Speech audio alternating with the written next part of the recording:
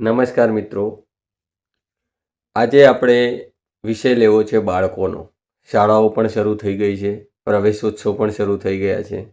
તો બાળકને લઈ અને દુનિયા, દેશ, રાજ્ય અને ગામડા સુધીની જે પરિસ્થિતિ છે એને લઈ અને થોડી વાત કરીએ. તો બાળકોનું ભવિષ્ય કોણ બચાવશે? તો કોઈ પણ દેશનું સાચું જે વિકાસ માપન છે એ શેના ઉપર નિર્ધારિત થાય છે અથવા શેના ઉપર હોય છે? તો ઘણા બધા લોકો એમ સમજતા હોય છે કે ઇમારતો ઉપર હોય, રસ્તાઓ હોય અને જીડીપી ઉપર હોય છે, પરંતુ એવું નથી. જો સાચું વિકાસ માપન જોવું હોય તો એ જે તે વિસ્તાર, એ દેશ, એ રાજ્ય, એ શહેર, એ ગામ, એમાં વસતા જે પણ બાળકો છે એ કેટલા સુરક્ષિત છે, કેટલા શિક્ષિત છે અને કેટલા એ પોષિત છે, એના ઉપરથી નક્કી થાય છે દરેકે દરેક દેશ, રાજ્ય, શહેર, ગામનું વિકાસ માપન. દરેક જે બાળક જન્મે છે એ જે જન્મે છે શેના માટે? એ વ્યવસ્થિત રીતે જીવન જીવવા માટે, કંઈક નવું નવું શીખવા માટે, રમવા માટે અને પોતાની જાતને સુરક્ષિત અહેસાસ થાય અથવા સુરક્ષિત રહે એના માટે એ બાળક આ ધરતી ઉપર અવતરે છે. પણ આજે દુનિયા અને આપણા ગામડાઓમાં બાળકોનું બાળપણ જોખમમાં છે. આજનું ભારત વિકાસ, જીડીપી, ડિજિટલ ઇન્ડિયા અને વિકસિત ભારતની વાતો તો કરે છે, પરંતુ સવાલ એ થાય છે કે શું દરેક બાળક સુરક્ષિત છે ખરું? દરેક બાળકને પૂરતું પોષણ મળે છે ખરું? શું દરેક બાળક શાળામાં ટકી રહ્યો છે? તે ઉઠી તો નથી ગયો ને? ડ્રોપ આઉટ રેશિયોનો તો એ ભાગ નથી બન્યો ને?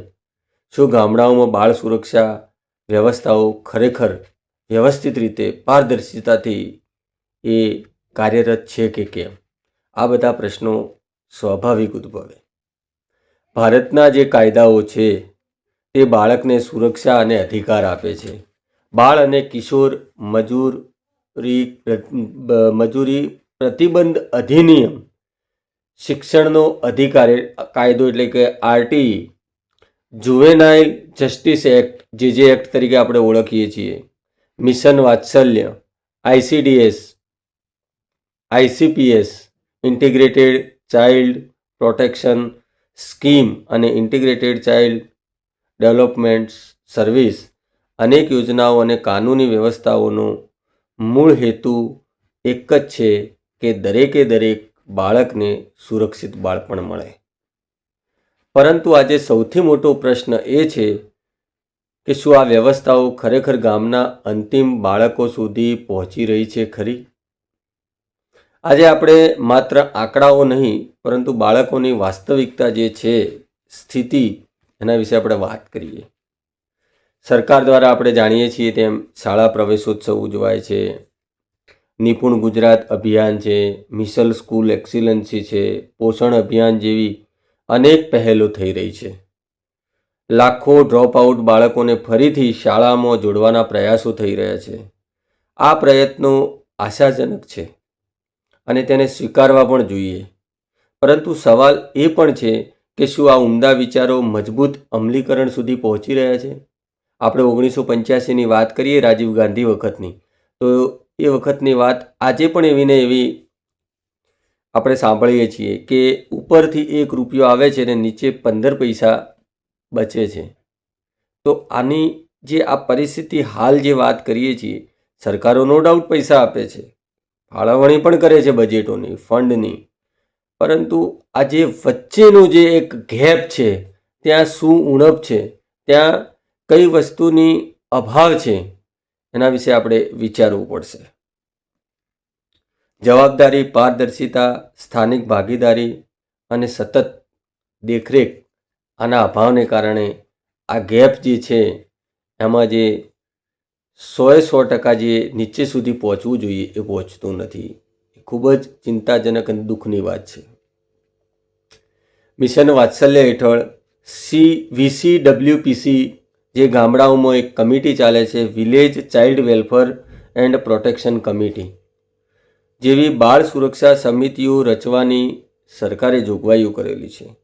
ગ્રામ પંચાયતથી જિલ્લા સ્તર સુધી બાળ સુરક્ષાની વ્યવસ્થા મજબૂત થવી જોઈએ.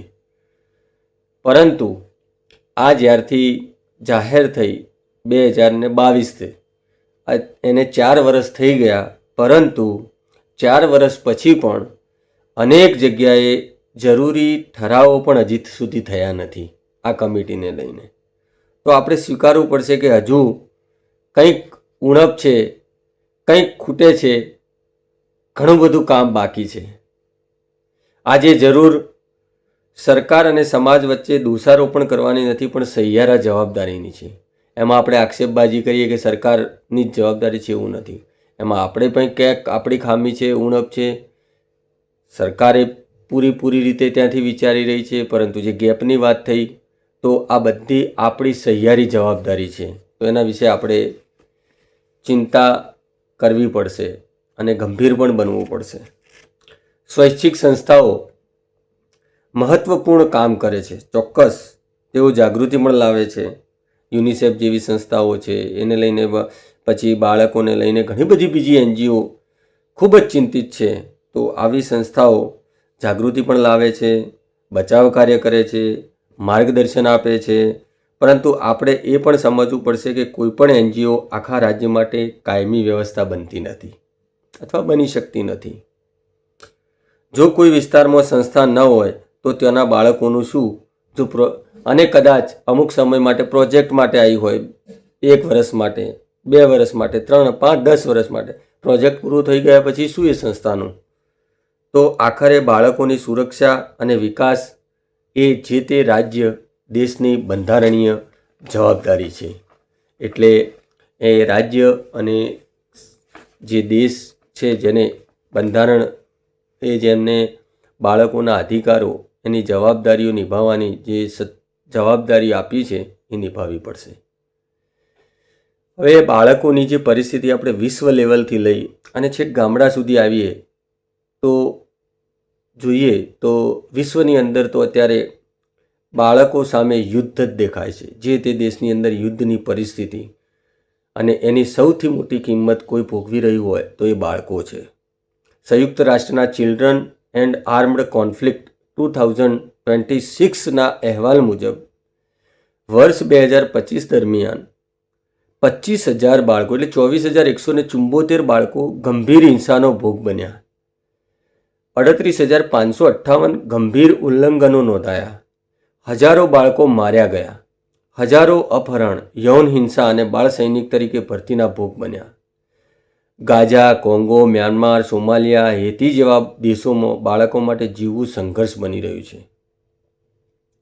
શાળાઓ પર બોમ્બમારો થયા, હોસ્પિટલો તૂટી અને બાળકોના હાથમાં પુસ્તકોની જગ્યાએ હથિયારો આવી ગયા.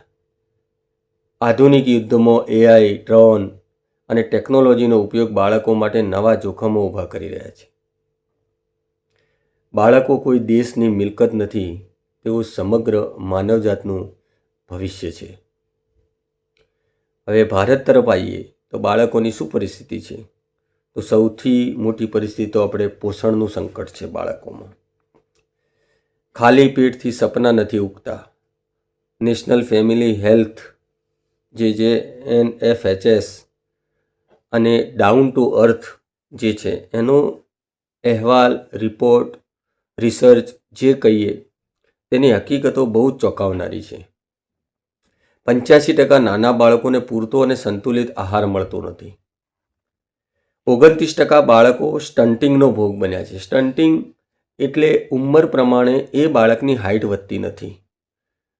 સ્ટન્ટિંગ અને વેસ્ટિંગ આ બે એવી વસ્તુ છે કે બાળક હાઇટમાં વધે ખરી, પરંતુ એ હાઇટ પ્રમાણે એનું જે ગ્રોથ થવો જોઈએ, એનું વજન, શરીરનો બાંધો એ નથી હોતો. અને અમુક બાળકો ઉંમર વધે છે પણ એ નીચાને નીચા ઠીંગણા જેવા રહે છે. તો આને આપણે સ્ટન્ટિંગ અને વેસ્ટિંગનો ભોગ કહીએ છીએ. 32% બાળકો ઓછા વજનના છે. ગુજરાત જેવા સમૃદ્ધ આપણા રાજ્યમાં પણ ફક્ત 8% બાળકોને પૂરતો આહાર મળે છે. આ હું નથી કહેતો, NFHS 6 અને ડાઉન ટુ અર્થના જે અહેવાલ છે એના ઉપરથી આ આંકડા છે ઓફિશિયલ, એ હું તમારી જોડે શેર કરી રહ્યો છું. તો આપણા ગુજરાત રાજ્યમાં ફક્ત 8% બાળકોને પૂરતો આહાર મળે છે. આનો અર્થ શું? બાળકો શારીરિક રીતે નબળા બને છે, મગજનો વિકાસ અટકે છે, ભણવામાં પાછળ પડે છે, ભવિષ્યમાં કમજોર કાર્યશક્તિ ધરાવે છે. આ માત્ર આરોગ્યનો એકલો પ્રશ્ન નથી, આ આખા દેશના ભવિષ્યનો પ્રશ્ન છે. NFHSનો બીજો એક રિપોર્ટ છે કે માતાનું જે દૂધ સ્તનપાન છે એ બજારની સંસ્કૃતિ સાથે મળી ગયું છે, એટલે એ સ્તનપાન ઓછું થવાના કારણે પણ બાળકની અંદર કુપોષણ થઈ રહ્યું છે. NFHSના મુજબ સ્તનપાનમાં મોટો ઘટાડો નોંધાયો છે. પાવડર દૂધના આક્રમક માર્કેટિંગે સમાજમાં ખોટી માન્યતાઓ ઊભો કરી અને 6 મહિના સુધીનું સ્તનપાન હજારો બાળકોના જીવ બચાવી શકે છે, એ હકીકત છે. પરંતુ આ 6 મહિના દરમિયાન જે સ્તનપાનનું જે ખરેખર મળવું જોઈએ બાળકને, એ મળતું નથી. બાળકના મગજ અને રોગપ્રતિકારક શક્તિ માટે સ્તનપાન અત્યંત જરૂરી છે. આના માટે આપણે શું કરી શકીએ? તો દરેક હોસ્પિટલોમાં માતા કાઉન્સેલિંગ માટેની ફેસિલિટીઝની જરૂરિયાત ઊભી કરી શકીએ. જે તે મહિલાઓ અત્યારે નોકરી કરતી હોય, ક્યાંય કામ અર્થે બહાર જતી હોય, ઘર બહાર, તો ત્યાં સ્તનપાન રૂમ અને ક્રેચની ફેસિલિટી થાય એવું પણ કરી શકાય. પાવડર દૂધના જે ભ્રામક માર્કેટિંગ થઈ રહ્યા છે અને એ જોઈ અને માર્કેટિંગને વશ થઈ અને આપણે એ માની લઈએ છીએ, એના ઉપર કંઈક અંશે નિયંત્રણ થાય એ ખૂબ જરૂરી છે. ગુજરાતમાં કુપોષણ અને એનિમિયાનું ખૂબ જ ભયાનક ચિત્ર છે. વિકાસના દાવાઓ વચ્ચે ભૂખ્યા બાળકો, 2.57 લાખ બાળકો કુપોષિત, 45,000થી વધુ ગંભીર કુપોષિત, 80% સુધી એનિમિયા અને કુપોષણનું પ્રમાણ, 82%, 82% કિશોરીઓ એનેમિક, 87% સગર્ભા મહિલાઓમાં લોહીની ઉણપ. આ માત્ર આંકડાઓ નથી, આ વિવિધ સમાચાર પત્રોની અંદર જાહેર થયેલા જે સમાચારો છે એના આંકડાઓ છે. અને આ આંકડાઓ પૂરતું નથી, પરંતુ હજારો જે પરિવારો જીવન જીવી રહ્યા છે, વ્યતીત કરી રહ્યા છે, એમની આ વાસ્તવિકતા છે. તો આ કરોડો રૂપિયાના બજેટો આપણે જે તે સરકારના કાર્યક્રમોમાં જોઈએ છીએ અથવા જાહેરાતો પેપરમાં પણ આવતી હોય છે. તો આ સ્થિતિ કેમ આટલી ખરાબ છે? તો એનું કારણમાં જઈએ તો જે પણ સરકારો ઉપર લેવલથી જે જાહેરાતો થાય છે આંકડાઓની કરોડોમાં, ખરબોમાં, એ જાહેરાતો નીચે જે આવતા એટલે કે એનું અમલીકરણ ખૂબ જ નબળું છે. અને આ બધું દેખાવ આધારિત કાર્યક્રમો પૂરતું રહી જાય છે. ગ્રામ્ય વિસ્તારોમાં તો આ જે જાહેરાતો કે ફંડફાળા એની સતત ગેરહાજરી જ હોય છે. કારણ કે એ વ્યવસ્થિત રીતે બધું આયોજનબદ્ધ શું ચાલી રહ્યું છે એના ડિટેલમાં જવાની જરૂર નથી. તમે અને હું સારી રીતે જાણીએ છીએ. પોષણ અંગે નબળી જાગૃતિ, આ બધા કારણો છે જેના કારણે ગુજરાતમાં કુપોષણ અને એનિમિયાનું ભયાનક ચિત્ર દર વર્ષે આપણે અખબારોમાં બી જોઈએ છીએ, વિધાનસભાના આંકડાઓ પણ જોઈએ છીએ, વિવિધ સંસ્થાઓના સર્વે, રિસર્ચ એ પણ આપણને દર્શાવે છે અને આરોગ્ય ખાતાના પણ આંકડાઓ આપણી સમક્ષ જ હોય છે. હવે શિક્ષણ ઉપર આપણે આવીએ તો પ્રવેશથી આગળનો પ્રશ્ન છે. આ બાળક શાળામાં છે, પરંતુ શું તે શીખી રહ્યો છે? એ પણ આપણી જવાબદારી છે. આમાં શું છે કે માઇગ્રન્ટ વર્કર હોય, લેબર વર્કર હોય, જાગૃતતાનો અભાવ હોય, એવા વાલીઓ મૂકવા ખાતર બાળકને પ્રવેશ અપાવીને શાળાએ મોકલી દેતા હોય છે. પરંતુ વાલી તરીકે આપણે એ જવાબદારી નિભાવીએ છીએ ખરી છે કે બાળક ત્યાં શાળામાં જઈ અને શું ભણે છે. શાળા પ્રવેશોત્સવ ઉજવાય છે, પરંતુ ગુજરાતમાં લાખો બાળકો ડ્રોપ આઉટ, હજારો બાળકો ભણતર છોડે છે. આદિવાસી વિસ્તારોમાં તો એક શિક્ષકની ચાલતી શાળાઓ અને હજારો વર્ગખંડોની અછત છે.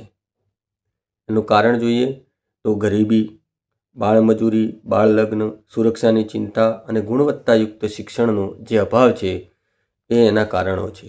નેશનલ એજ્યુકેશન પોલિસી 2000 અને નિપુણ ગુજરાતની આશા આ બધી બાબતોમાં જે આપણે જાહેરાતો જોઈએ છીએ અથવા મંત્રીઓ થ્રુ અથવા કાર્યક્રમોમાં જે જાહેરાતો થાય છે એમાં સરકાર FLN mission, state curriculum framework, scope, mission school excellency જેવી જાહેરાતો કરે છે.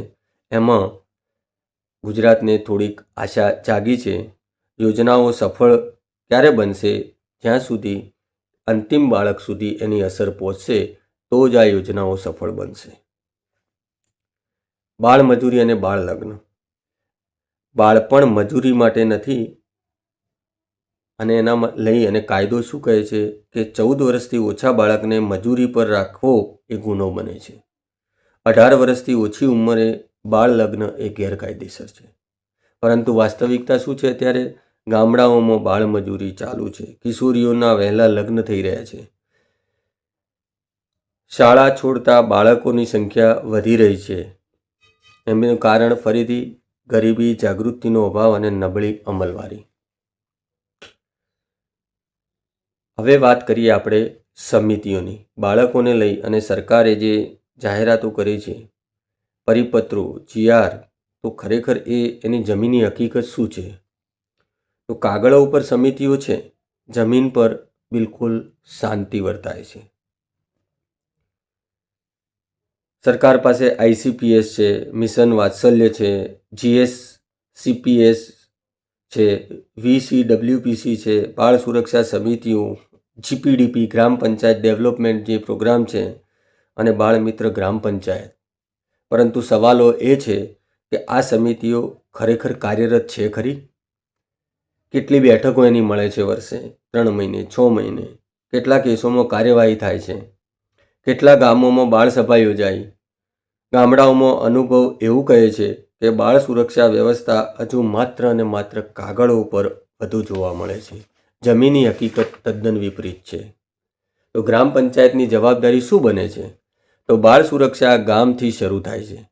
દરેક ગામમાં જરૂરી જે સમિતિઓ છે, VCWPS, વિલેજ કમિટી જે વાત કરી, બાળ સુરક્ષા સમિતિ, બાળ સભા, મહિલા સભા, શાળા છોડેલા બાળકોની યાદી, બાળ લગ્ન રોકથામ મિકેનિઝમ, કુપોષણ મોનિટરિંગ, આ બધું આરામથી સંખ્યાબળ સાથે અને પરિસ્થિતિ આપણને મળી જાય.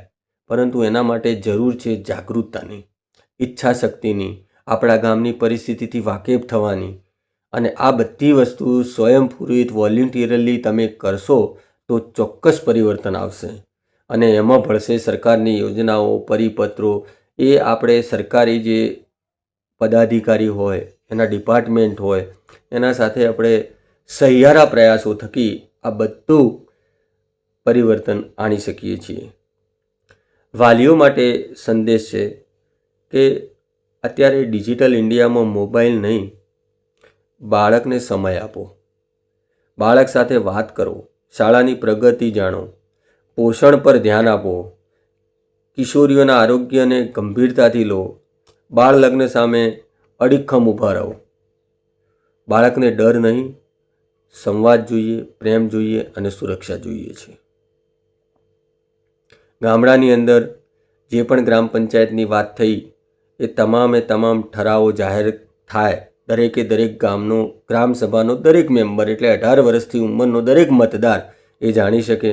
ગ્રામ્ય સ્તરે પારદર્શિતા થાય, સામાજિક ઓડિટ થાય, NGO અને નાગરિક સમાજની સહિયારી ભાગીદારી થાય તો ચોક્કસ આમાં આપણે ધારું પરિણામ અને અપેક્ષિત જે એક્સપેક્ટેશન છે એ ફૂલફિલ થશે. સરકાર પાસે આપણે મુખ્ય માગણીઓ આટલી કરી શકીએ કે હવે જાહેરાત નહીં, અમલીકરણ જોઈએ. તાત્કાલિક પગલાં થોડાક છે એ આપણે સરકાર જોડે વિનમ્ર અરજ કે વિનંતી જે ગણો એ કહીએ કે આ રીતે ગ્રામ્ય સ્તરે બાળ સુરક્ષા સમિતિ સક્રિય કરવામાં સાથ સહકાર આપે, દરેક બેઠકની માહિતી જાહેર કરવામાં આવે, કુપોષણ માટે વાસ્તવિક મોનિટરિંગ સેલ ઊભું થાય, શાળા છોડ્યા બાળકોનો પુનઃ પ્રવેશ માટે પ્રયત્નશીલ એટલે કે SMC જે સ્કૂલ મેનેજમેન્ટ કમિટી છે એને વ્યવસ્થિત રીતે જાગૃતતા મોડ ઉપર લાવવામાં આવે અને એમના સહિયારા પ્રયાસો થકી આપણે ડ્રોપ આઉટ રેશિયો ઓછો કરી શકીએ. બાળ લગ્ન અને બાળ મજૂરી વિરુદ્ધ કડક કાર્યવાહી, દરેક તાલુકામાં બાળ કાઉન્સેલિંગ કેન્દ્ર, આદિવાસી વિસ્તારોમાં શિક્ષક ભરતી થાય, આંગણવાડીઓ મજબૂત કરાય, માતા અને કિશોરી પોષણ અભિયાન ત્વરિત અમલમાં છે પણ એને વ્યવસ્થિત રીતે ઇમ્પ્લિમેન્ટેશન થાય અને બાળક કેન્દ્રિત બજેટિંગની જોગવાઈ જો સરકાર કરે તો કંઈક અંશે જે આપણે બાળકોને લઈને ચિંતા અથવા બાળ સુરક્ષાની જે ચિંતા છે એમાંથી આપણે બહાર નીકળી શકીએ. અને નાગરિક સમાજો, આપણે સરકાર જોડે તો એક્સપેક્ટેશન રાખીએ છીએ, પરંતુ નાગરિક તરીકે આપણી શું જવાબદારી છે? તો નાગરિક સમાજ અને સંસ્થાઓની ભૂમિકા આપણે જોઈએ તો સરકાર એકલી સફળ નહીં બને. જરૂર છે સ્વૈચ્છિક સંસ્થાઓ, શિક્ષકો, ગ્રામજન, યુવાનો, મહિલા મંડળો અને મીડિયા સૌ સાથે મળીને કામ કરે. બાળ સુરક્ષા માત્ર સરકારી યોજના નથી, તે સમાજની સામૂહિક જવાબદારી છે. એક બાળક બચશે તો એક ભવિષ્ય બચશે. એક સર્વે પ્રમાણે બાળક જન્મથી જેમ જેમ એનું ડેવલપ થાય તો એ ઇન્વેસ્ટમેન્ટની દ્રષ્ટિએ આપણે જોઈએ, જો દેશની જીડીપી અથવા ડેવલપમેન્ટની દ્રષ્ટિએ તો $1 બાળક પાછળ ખર્ચ કરવામાં આવે તો એ પોતાના વિસ્તાર, રાજ્ય કે દેશને વિકસિત થઈ એટલે કે મોટો થઈ અને એ જ દેશને વળતર રૂપે $16 આપે છે. એટલે બાળકોની ખૂબ ચિંતા કરીએ. જે બાળક કુપોષિત હશે, શાળાથી દૂર હશે, મજૂરી કરશે, ડર અને હિંસામાં જીવશે તો વિકસિત ભારત માત્ર સૂત્ર બનીને રહી જશે. સાચો વિકાસ ત્યારે જ કહેવાશે જ્યારે દરેક બાળક સુરક્ષિત હશે, દરેક બાળક પોષિત હશે, દરેક બાળક શિક્ષિત હશે, દરેક બાળકને સપના જોવાનો અધિકાર હશે. તો બાળકો ઉપર આ યોજનાઓના નામે કે ફંડના નામે માત્ર ખર્ચ જ ન કરીએ, પરંતુ એને રોકાણ કરીએ. કારણ કે તેઓ જ ભારતનું આવતીકાલ છે, તેઓ જ ભારતનું ભવિષ્ય છે. એટલે બાળકોને લઈ અને જે સુરક્ષા, સલામતી જે વિવિધ વિભાગો દ્વારા, વિવિધ પદાધિકારીઓ દ્વારા આપણે જિલ્લા સ્તરે, રાજ્ય લેવલે જોઈએ છીએ, તે માત્ર કાર્યક્રમ પૂરતું ન બની રહી અને ખરેખર જમીની સ્તરે આ બધી સમિતિઓ એક્ટિવ થાય, ઠરાવો થાય અને સમયાંતરે એનું પ્રોપર ફોલોઅપ થાય અને બાળકોની અંદર જે આપણે કુપોષણની ચિંતા છે, શિક્ષણની છે, આરોગ્યની છે, આ બધી ચિંતાઓ જો ખરેખર પારદર્શિતાથી નૈતિક જવાબદારી અને ફરજ સમજીને બાળકોના હિત અને સુખાકારી માટે, એમના આવનારા ભવિષ્ય માટે આપણે પ્રયત્નશીલ રહીશું તો ચોક્કસ આપણે ધારું પરિણામ મેળવી શકશું. આજના દિવસ માટે આટલું. ધન્યવાદ.